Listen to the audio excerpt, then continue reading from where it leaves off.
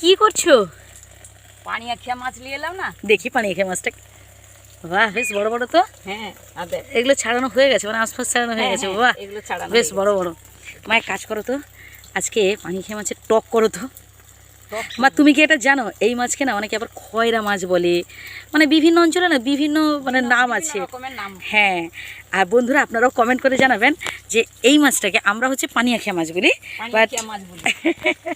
পানিয়া খেয়া মানে পানিয়া খেয়াটা কি পানি থেকে এসছে নাকি? পানি পানি নোনা পানি থেকে হচ্ছে পানিয়া খেয়া বলি।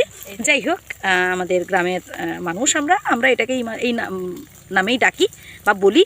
আপনারা কি বলেন অবশ্যই কমেন্ট করে জানাবেন। তবে আজকে মা এই মাছের কি করবে মা? টক বানাবো। টক বানিয়ে দেখাও, ঠিক আছে? আমি মাছে হলুদ এবং লবণ ভালো করে মাখিয়ে নিচ্ছি। আগে একটা ভাজা বানিয়েছিলাম, সেই ভাজার তেলটা ছিল কড়াতে, আর একটু তেল দিয়ে দিয়েছি, সেই জন্য একটু কালারটা অন্যরকম লাগছে। এই মাছগুলো ভেজে নেওয়া হবে।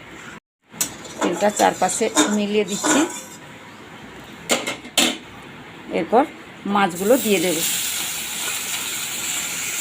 এরপর আমি মাছগুলো তুলে নেব এক এক করে। এই গরম গরম ভাজাও দারুণ লাগে বলো মা। আমি বেশি ভাজলাম না, কেন বলতো টক টক হবে না, ভাজা হয় না, অল্প করে ভাজা হয়। এই ভাজা দিয়ে গরম গরম ভাজা দিয়ে না ভাত খাওয়া হয়ে যাবে। এরপর কি যাবে মা? এরপর আমি কড়াতে তেল দিয়ে দিলাম, ফোড়ন দিয়ে দিলাম।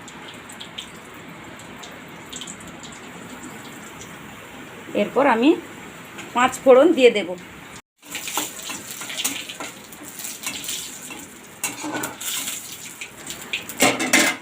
এরপর আমি প্রথমে জল দিয়ে দিলাম।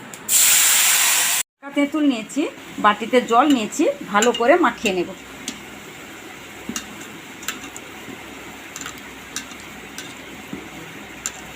জলটা হাতে ছেঁকে নিয়ে আস্তে আস্তে আস্তে আস্তে করে দিয়ে দিচ্ছি।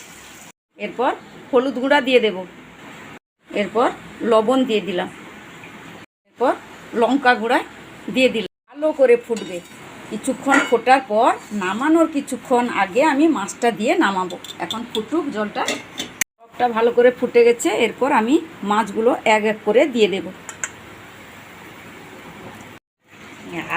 সেই স্বাদ হবে মনে হচ্ছে মা, দারুণ হবে মনে হচ্ছে। কালারটাও যেমন হয়েছে বন্ধুরা দেখুন, আর ফুটছে কেমন দেখুন, যা লাগবে খেতে না, দারুণ লাগবে, দারুণ দারুণ। আর নোনা মাছে একটু বেশি টক দিতে হয়, দিলে আজকের টক কালকে যদি থেকে যাবে, রাত্রে থেকে যায়, কিছুক্ষণ পরে এর টক সুন্দর হয়ে যায়। আর আপনারা পারলে মিষ্টি দিতে পারেন। এরপর পানিয়া খেয়া মাছের টক হয়ে গেছে। এরপর আমি একটু উপরে সরিষা তেল দিয়ে দেব। হয়ে গেল পানিয়া খেয়া মাছের টক।